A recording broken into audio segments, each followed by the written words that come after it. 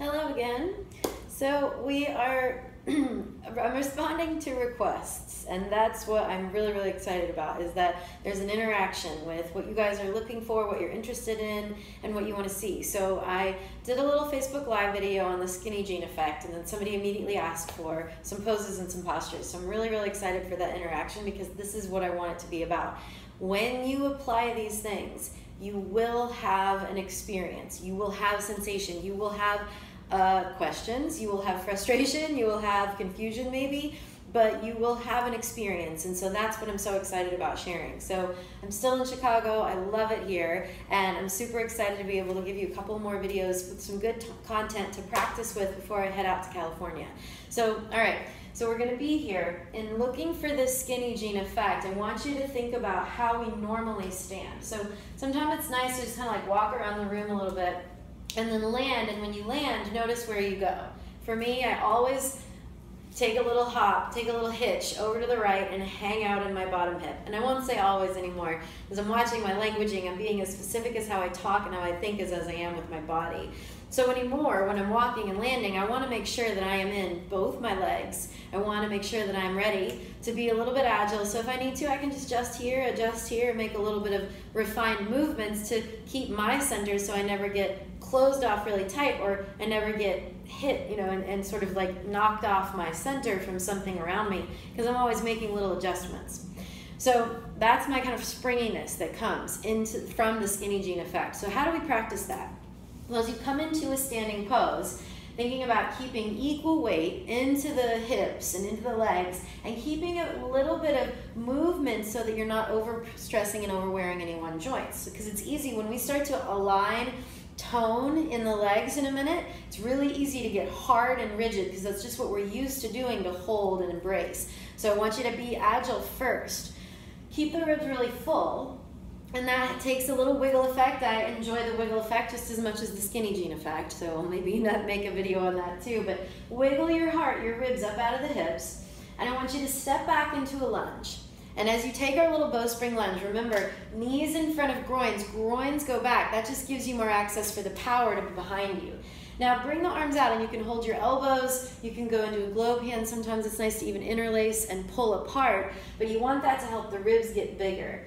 Now, I think it's easier to do these poses asymmetrically, or to do these actions in the legs asymmetrically, right? So I'm here, I'm in my legs, and I can easily do this with the front of my quadriceps. So I want you to start to look for the dig forward action, which pushes the groins back, and then the drag backward action, which tones up the legs. And then step forward, lift your spine up, and then stay back in that second side for a minute, where you're stepping back. You can even bring your hands against your knees to make sure that you're not rounding and collapsing, because it's really easy to go to this pattern.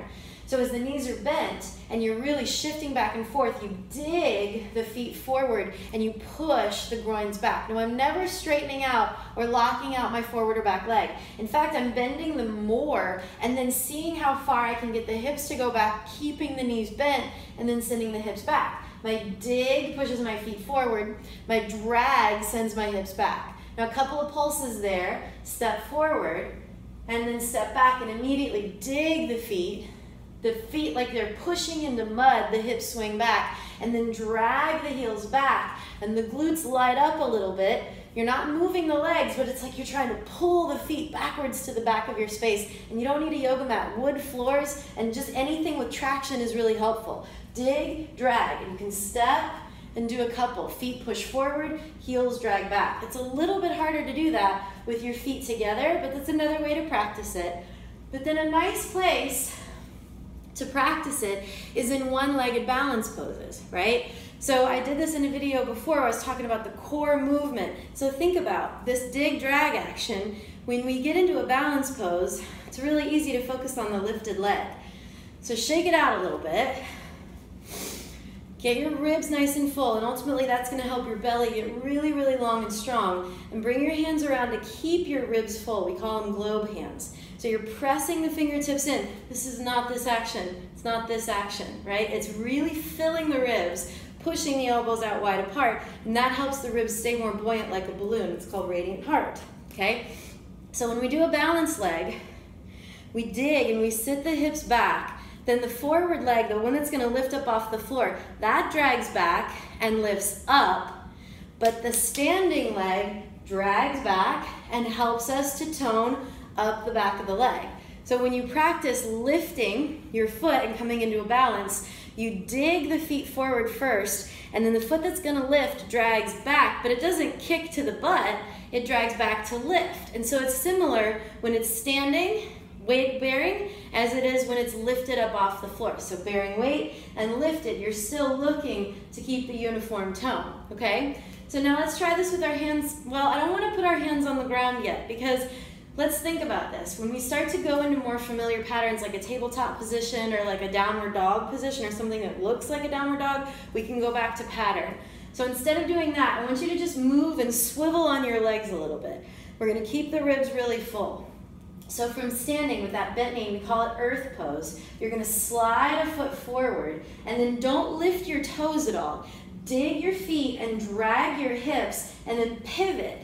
And as you pivot, just think about turning on the toe pads. You can step to keep your pelvic floor open, step a little wider, and then dig forward and drag back. And when you're pivoting, dig the feet and then drag the heels to kind of land yourself in. Push the feet forward and pivot and drag the heels back. Push the feet forward and pivot and drag the heels back. So you're pivoting.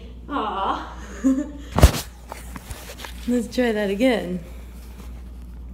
You're pivoting on the toe ball, right? So we call it the paw of the foot, right? So the paw of the foot is like the front half of your foot. The heel is hovering, and you're really connecting the big toe side of the foot and the pinky toe side of the foot, right? Now another way to get the skinny jean effect as you dig and as you drag is to make sure that you're using the inner thighs just as much as the front and the outer thighs. So stepping your feet wide again. Okay, we're coming into the legs and working into that dig drag action, and then we're really working the ability to keep the pelvic floor open as the legs tone on all sides. So we're not just locking the legs or squeezing anything. So I'm pushing my feet forward. That's the dig, forward and down into the floor, and I can hover my heels a little bit, and as my knees bend, my feet push forward, my groins, they go way, way back behind me. That lets really get the belly to stretch long, okay? Feet dig, heels drag back. And then I can lean forward, keeping the forward movement of my dig and of my drag so that I'm keeping the curve in my spine uniform. Feet dig, heels drag, and I lengthen out, keeping my curve in my lumbar spine so my belly never shortens and my tail never drops down on me. This dig drag action is really crucial to keeping the tone of the legs. Now I can lean forward a little bit, making sure my ribs don't collapse. I'm gonna be free out of my low back. And if I'm in my low back, that's evidence that the ribs are collapsing a little bit or that the tail is tucking down a little bit, okay?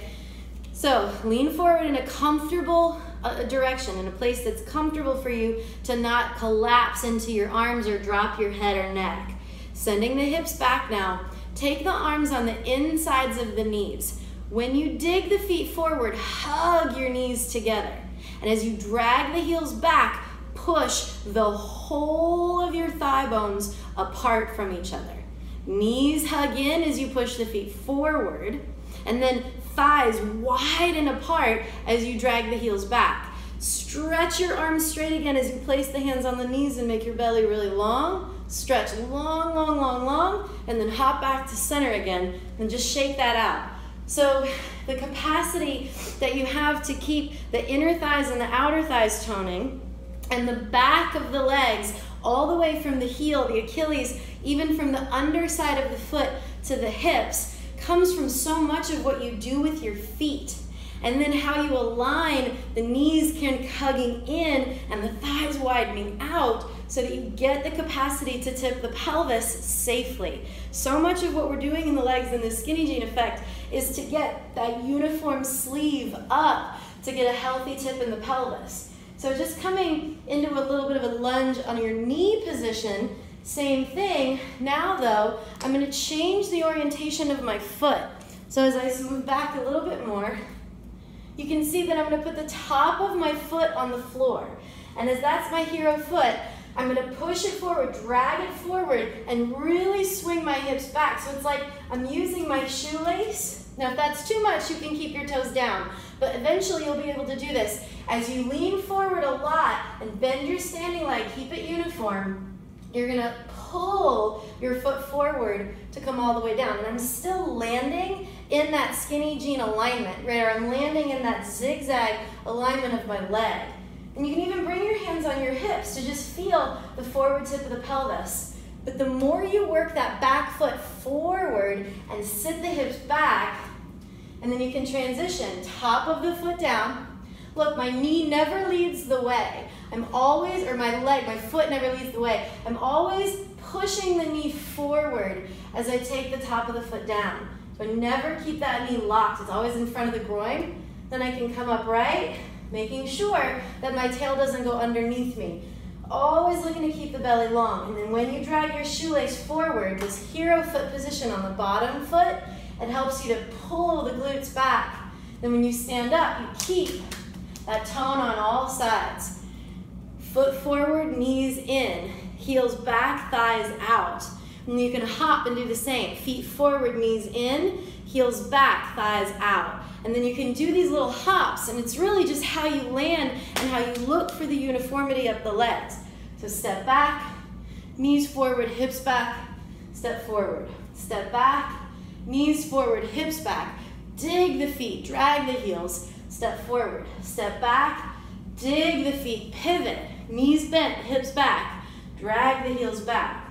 Knees forward, pivot, dig into the feet, and then drag the heels back.